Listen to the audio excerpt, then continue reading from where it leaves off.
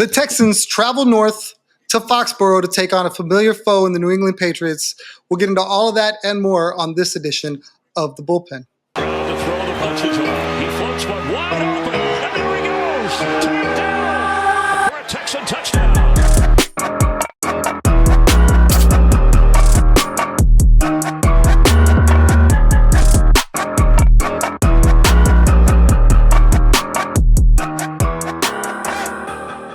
Good evening and welcome to this edition of The Bullpen. Once again, sitting in for James Roy. I am your host, Tom Chavarria, at Third Coast Tom on Twitter. Joining me again, filling in once again, the one, the only Houston Stressens at Texans commenter. Garrett, how you doing?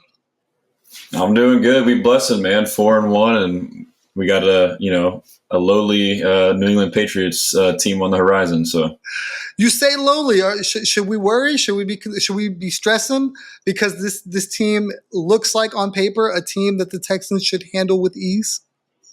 It's tough. I'm sure as the week goes on, it might come about that this could be a trap game, which it could. We could be looking forward to the Packers game. But I have no doubt that D'Amico will be aware of that and have the team ready to play. But with that being said, it could be a week for us to get a couple guys a little more rest. Nico Collins, who just recently re-injured a hamstring. Joe Mixon, I'm in no rush to get him back if it's against the Patriots as well. So maybe some guys come back. Maybe some guys can, maybe would have came back for this game, but now they can realize we can take advantage of one more week's of rest. So I totally agree. I think that this is a spot where if the Texans have guys that have any nagging injuries, not necessarily treat like a bye because you got to win these games. You definitely can't afford to go up there and lay an egg and lose to the Patriots. But I do feel like it's not going to take nearly the scoring, nearly the effort to beat a Patriots team that just doesn't really have a lot of weapons on offense. Jacoby Brissett is a guy that's, historically given the Texans fits as a member of the Indianapolis Colts, but I just don't see it. I think he's a placeholder. And the Patriots. And the Patriots. You're right. I'm sorry. First ever start. I'm still scarred from all those Colts games, but you're 100% correct. But I feel he's a placeholder for Drake May. I think they're just trying to give him more time to learn behind him. Ramondre Stevenson, a very good runner, but not necessarily the pass catching back that has tormented the Texans. What do you look for from this Patriots team? Things that they need to, key in on, guys that could potentially hurt the Texans.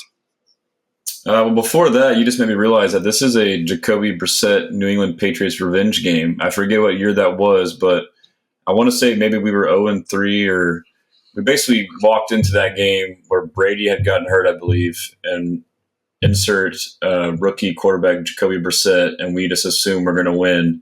And that was not the case. He dominated us. So this is a revenge game for us. And I also think, too, I'm not sure, but I don't know that we've ever won in Foxborough. We need to change that this weekend. But as far as guys to look out for them, there could be a potential of Drake May playing soon. I know their O-line is pretty horrific, but there's always a chance that they put him in. I've been hearing some talks about that potentially happening. Obviously, Ramondre Stevenson's a good running back. I think they have some good young talented receivers as well. Jalen Polk, Pop Douglas, and a couple other guys. And then their defense is solid too. So we definitely will win this game by our defense just overwhelming their offense. But they do have a good defense, so we got to be on our P's and Q's. They recently just got beat by the Miami Dolphins, who really struggled to score points. That game was a 15-10 game. I really feel like the Texans just on paper just have so much from an offensive standpoint that I would be shocked if they couldn't, go in there and score, 21 points. And I just don't know where the Patriots are going to get that offense from. You look at the way Miami really struggled, but still found just enough offense. They've got a very poor quarterback that I tried to get behind in fantasy, thinking, well, Stu Huntley might be able to do something on the cheap, and that was not the case. So I'm really looking forward to seeing what CJ does. I think this is a matchup where maybe Tank Dell gets right. I think you can see more from Stephon Diggs. Maybe the tight ends. Dalton Schultz had a couple grabs in the last game. Cade Stover's had a couple grabs, but I just feel like this will be a game where maybe CJ spreads it all the way around. Everybody's 4 or 5 targets here or there, and just really efficient. Kind of like Brady used to do with those Patriots teams, where he just hurry up, sprayed the ball all over the place, and got whatever he want. Yeah, that'd be nice. Obviously, like we said, this isn't a bye week, but we still want to get the win. But it can be something where we can do, like you mentioned, to work on different things and get different players involved. I will say one key thing. I haven't had a lot of time to really dive into this matchup quite yet, but one thing that stands out is their offensive line. They have the highest pressure rate of any O-line. So this could be the get-right game for our D-line. I know we had talked about it earlier in the week on our episode recapping the game against the Bills, basically how people are frustrated with the lack of sack numbers and QB hits. We could make up for lost time all in one game here. This could be a 6, 7, 8 sack game right here. So that's this game to me is definitely one with our defense just overwhelming their offense, giving our offense the ball often and in great field position to where that good defense of the Patriots eventually has to break.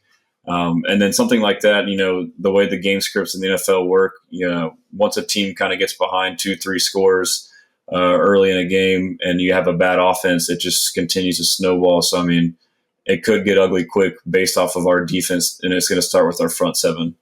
I couldn't agree more. I think this is the perfect spot for Danielle Hunter to go off or Will Anderson to go off. You look at what they've had to do coming into this game. They've had mobile quarterbacks that they've constantly had to scheme for to make sure that they contain them, to not let them get outside and extend plays. And for all intents and purposes, Jacoby Brissett is a statue. Like, the last thing he's looking to do is take off and run and be mobile. So guys like Will Anderson, guys like Danielle Hunter, who have really had to maintain a lot of discipline because getting up the field meant that, Josh Allen or Caleb Williams or Trevor Lawrence could scramble and then hurt them that way. This feels like a get-right spot for them. Really, it does. And I'm excited to see something like that where maybe we get a turnover on defense or something like that shortens the field. And you're really, like you said, stacking up scores early and often so that there's not an issue with being able to keep these games close and have to worry about, figuring out a 59-yard field goal to win the game. No, sorry, go ahead. Go ahead. You got it. I was going to say that's a great point. You pointed out the fact that we've played mobile quarterbacks pretty much every game this year. And that's something that we struggled with last year. And it looks like we've improved this year, but, it's still tough. We haven't been perfect. So it's got to be refreshing for these guys, for one, to go against a terrible O-line, and two, against a statue of a quarterback in Jacoby Brissett. So I would say it's a good week to start the Texans defense in fantasy for sure. I got him. I'll absolutely do it.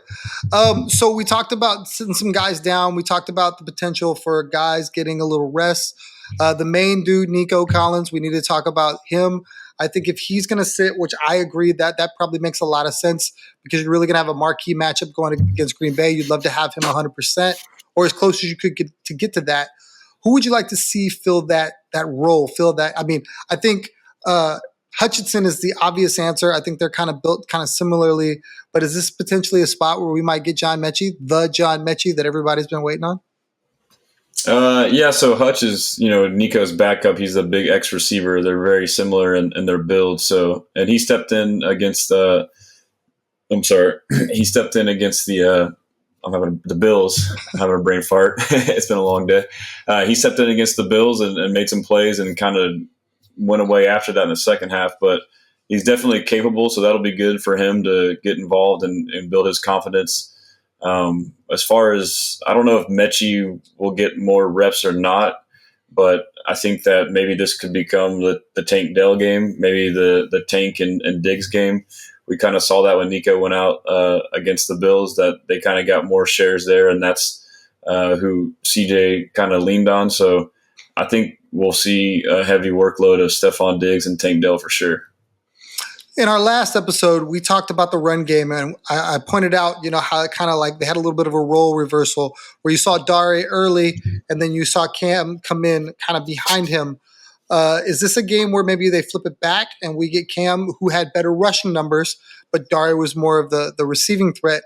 Do we see Cam start this game out and maybe they try to feature him a little bit, or do they run it back with Dare and just use the passing game aspect that he presents to maybe get him out on the edge? Yeah, so I would definitely sit Mixon even if he's ready to play or not. And it's going to be funny. You're going to see people on Twitter saying, "Oh, what's wrong with Mixon? Why is he hurt again?" It's like, it's hard. I get it, but like I really try to hone to fans, like see the bigger picture. Like, why do you want to rush him back for this game? I guarantee you that was probably part of their decision. Was like, hey, if we can rest him for this Bills game, we can rest him for the next game, and then he'll be good. But yeah, so I don't know if that same line of thinking goes with Dameon Pierce. I don't know. He has a hamstring injury, how bad it is. Maybe he comes back, or maybe they rest him too. But we'll just assume that those two will be out again. I do think I would probably go back with Akers as the RB1. While Dare is a great third down back, his numbers weren't very good rushing. And Akers, like we had mentioned prior, you walk away from the game feeling like he didn't do much, and then you look at the box score and he's the most effective rusher. And pretty much every game he's been in, he hasn't been bad. He's had a pretty good yards per carry. I want to say at least 4.5 or so per game. So hopefully we get the ground game running. A good way to do that is defense getting turnovers, short fields, maybe pass the ball early, get a big lead, and then that can kind of allow you to get that ground game going. So. I got to be honest, and I hate it because I'm a huge fan. Dameon Pierce, for whatever reason, I just don't even know what to do with him anymore. Like, I want him to play, and people ask, like, hey, he's missing a great opportunity, while Joe Mixon's not in there to show that, hey, I can still do this. But for whatever reason, it just feels like they're attached at the hip. Like, we're going to get Dameon Pierce back and dressed the week that we get Joe Mixon, and you're just going to get both of them, and they're going to go back to being RB1, RB2. And for me, I just kind of lose him. I guess I didn't even think to mention him just now, and I probably should have. So if he does play, I think that he could absolutely. This could be a game where they could use it to feature him because he just hasn't had it. And I know the team loves him. You hear D'Amico gush about him. You hear Nick Cassero gush about him, that this guy is going to figure it out and he's going to be a Texan when he does it. And I just don't know how many opportunities he's going to get once Joe Mixon comes back, because that's probably going to be barring injury, of course, that's going to be the bell cow, and you're just going to see him carry the rock a ton. Yeah, that would be ideal to me, is to have him come back. Like, obviously it depends on his injury, but like if he's able to come back and be the bell cow, that would be tremendous for his confidence going forward. And then that would help us having a reliable backup. Otherwise, like you said, if he is basically on the same page or same timetable as Joe Mixon's recovery, he's just going to get lost in the fold again. I mean, he had like a couple carries, I believe, in the games that he did play, and they were effective, but it wasn't enough of a sample size for us to really know if he's fixed it or not. But I will say I am more confident now, having seen Bobby kind of adjust the running game. These other running backs since Mixon has been out haven't fared as well with the zone scheme, which is a surprise. Akers has good vision, but he started to run more gap play. So maybe he'll call those type of runs that suit Dameon Pierce better if he were to play. So that would be something to look out for. You mentioned Bobby Slowick, and I'm glad you did, because this is probably going to be a theme of this game if they don't score a ton of points. Is there a scenario where, if they come out of this game, say it's, 17-3 or something like that, they win that way, and the offense just looks sluggish, 3 and out, stuff like that. Are you going to start to question Bobby Slowick and his ability to get this offense to score? Or are you of the camp that, like, look, when the team is whole, then I'll take account. Let me have Joe Mixon. Let me have Nico Collins. Let me have the whole complement of weapons before I want to put Bobby Slowick and his offense under the microscope? I would be frustrated in the moment, but I would get it big picture, and I would argue it's even more so. I mean, I wouldn't be surprised by that result at all. To me, it's more bigger picture. It's top down from D'Amico Ryans, the defensive-minded head coach. Super conservative, lean on defense. Don't make any mistakes on offense, especially against a team like this. And also, their defense is good. I mean, the Pats have a really good defense. It's just their offense is so bad that it can eventually break their defense. So, it just depends on how the flow of the game goes from how our defense does against their offense as far as turnovers and field position for our offense. But yeah, I wouldn't, I can already see it now that you mention it. Like, it's going to be the same old song and dance. We're going to be 5-1 and people are going to think that we need to fire Bobby Slowick. And, that's not the case. So, I mean, while I would like for us to win 42-3 and have 500 yards passing or whatever, it's just not always realistic. And especially like you mentioned with injuries, it may make it even more difficult. So get the win, obviously try and show some improvements, but I'm not going to be stressing if it's not crazy. So you heard it here first. He will not be stressing 17-3. He will be blessing that, ladies and gentlemen. I'll be blessing. All right, let's talk a little bit about penalties. The Texans were able to mitigate some of the penalties in this last game, and I really feel like this is a game for them to, again, really just try to play some good, clean football and not necessarily try to do too much. You saw the offensive line, especially in the first half, offense and defensive side of the ball of the Buffalo Bills game. They had 0 penalties, 7 in the second half, which kind of got them back to where people think they are. Do you think this is a scenario where you're going to see them maybe not try to push the envelope? Do you think these are things that I personally think that's why the penalties are the way they are? They're really just trying to do too much, where in a game like this where, again, you look across and you don't see anybody you fear, do you think this is a potential game where they could turn around and be really clean and not extend themselves?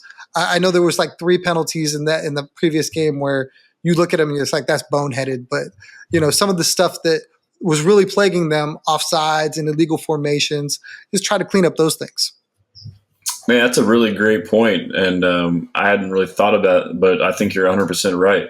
I think that, a big factor of the penalties we had, obviously it's, early in the year and it's communications, but I think as we've played these games where we've had to press and, try to do too much. And so this game will be a KISS game, keep it simple, stupid, which can be a blessing in disguise. You limit the playbook and just focus on, a few things. You have less pressure. You feel like you can win the game by doing that and can really, reap some benefits in doing so. I mean, we've seen these past 3-4 games, you go back and look at it, like if we just play, even, this most previous game against the Bills, we did a good job in the first half.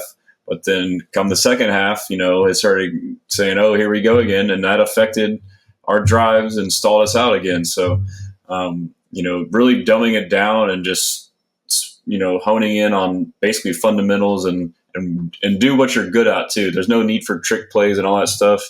And then another factor too is the Patriots, obviously one of the worst teams in the league. I can't imagine their fans are too raucous these days. So it's not going to be an intimidating environment like going to Minnesota. So that'll be helpful as well. But yeah, I agree 100%. Keep it simple and, try and be as disciplined as you can. And if so, the results will be vastly different than what they have been. You spoke to the environment. I think that the fact that we're getting them by going to New England in October as opposed to November, December is going to play a huge role. Because while I don't know what the weather is going to look like, I can guarantee you it's probably not going to be 5 degrees and snowing and they're having to plow it and stuff like that, which I think that's what you normally get when you think about those, Northeast Coast teams. You're just getting those cold, frigid temps, and teams struggle with that. So the Texans probably catching them early in the season, I think, is great from that aspect. And I really hope that we're looking at a game where they just, like you said, KISS, keep it simple. And on one, it's simple snap counts, simple vanilla calls. I mean, even like, kind of the stuff where on defense you want to, disguise and do this. Maybe don't do that. Maybe just simple, too high safety, whatever, and just go, look, I don't think you can beat our guys one-on-one, and go from there. So with all of that being said, this would not be the bullpen without James's patented prediction and storybook ending. Let's start with the prediction. Where do you see this going? Kind of how do you see the game playing out? And then what do you see as a final score? As I alluded to earlier, I see our defense against their offense just wreaking havoc. One of the worst O-lines in the league, the highest pressure rate.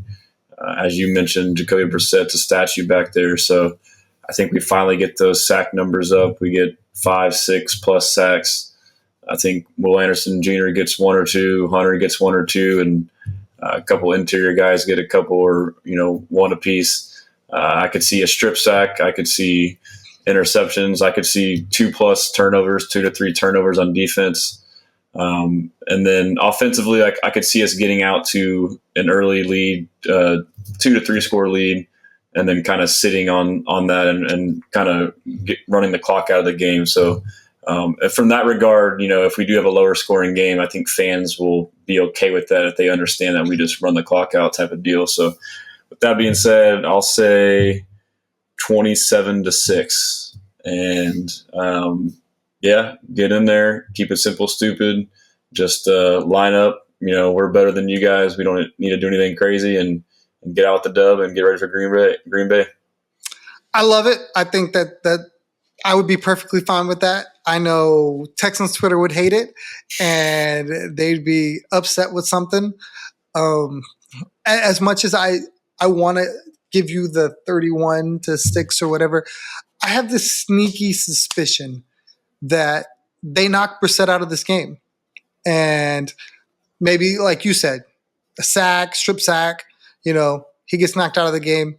And in comes Drake May. And with nothing to play, all house money, and young and dumb and not grasping into the situation, just starts slinging it all over the yard. And the Texans maybe don't figure him out. They don't know how to scheme for him. Obviously, they don't have a ton of tape on him. And he's able to score a little bit. So, unfortunately, I feel like this is going to be closer than it has to be. And that's going to infuriate Texans Twitter even more.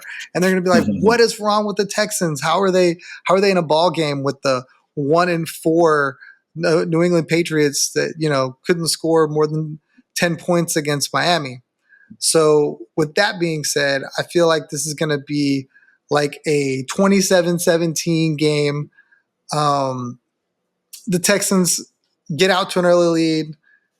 Then New England comes back. It's 24-17, and it's just, not where you want to be. It's a 1-score game in a game that shouldn't be a 1-score game.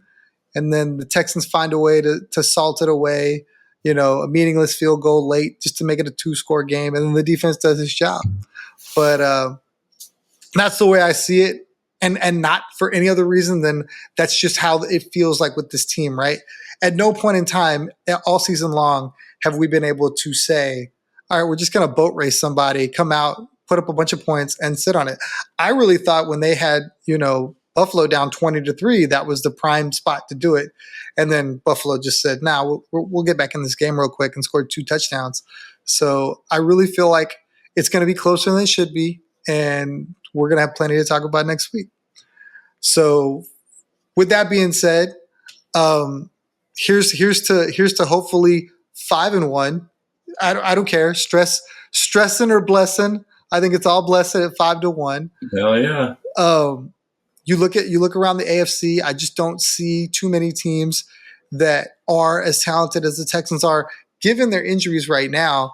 Obviously, you look at like Kansas City and where they're at, and Miami and where they're at, and Baltimore, and I could see, where they could all be very big players postseason, long term, whatever.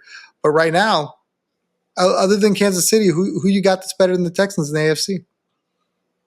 I think it's Kansas City and us. I mean, the Ravens are, looking like they're turning into form, but they got a couple losses, and I think it's a tough matchup for us. But Kansas City could be regressing too. I mean, they lost Rashee Rice. Their offense basically ran through him. So I do think that we match up better, oddly enough, against the Chiefs than we do the Ravens. But if you just overall rank it, I would say I would put us second behind the Chiefs and the Ravens right behind us. But I would still rather play the Chiefs in the playoffs as of now than the Ravens. I guess we'll see after that back end of the schedule how those games go. I got a non-Texans question, but I'm dying to know your answer because I do think it will matter long term. Where does Davante Adams end up? Oh, he's going to the Jets 100%. It was always the Jets. I mean, there was never a question. Him and Aaron Rodgers are, lovers or whatever, or best friends. And Aaron Rodgers, I think, is still good enough to lead that team to be a playoff Super Bowl contender. That defense is elite. If with better receiver play, if Davante Adams was on that Jets team against the Vikings last Sunday, they win that game, in my opinion. They were severely lacking in the receiver room. Garrett Wilson's great, but they're still not quite on the same page. He's also being forced to kind of try to be this possession receiver, which he's not, make these back shoulder catches and tough contested catches, and it showed throughout that game and throughout the season. Those are ones that Davante Adams can do. So I think he'll go there, no doubt, and I think they'll be a playoff contender. So you're not putting any stock in the fact that Derek Carr was his college quarterback and they set all kinds of records, and they could also use a stud number one wide receiver in New Orleans. Oh, by the way, I think they're in a much better situation with, where they're situated in the NFC. I guess that could happen, but, he already went and did that. He left Aaron Rodgers thinking, I'm going to go try my own thing with Derek Carr. And even though that was his college teammate, we saw how that turned out. That got blown up pretty quickly. So I think the Jets, they're still, I think, 2-3, and I think they'll be hanging around 500. And if not, making a run pretty soon. And I think Davante would definitely prefer to be with Rodgers and the Jets. It's just a complete picture deal. They have a top 3 defense in the league probably. They have the pieces. He would be the final piece in my opinion.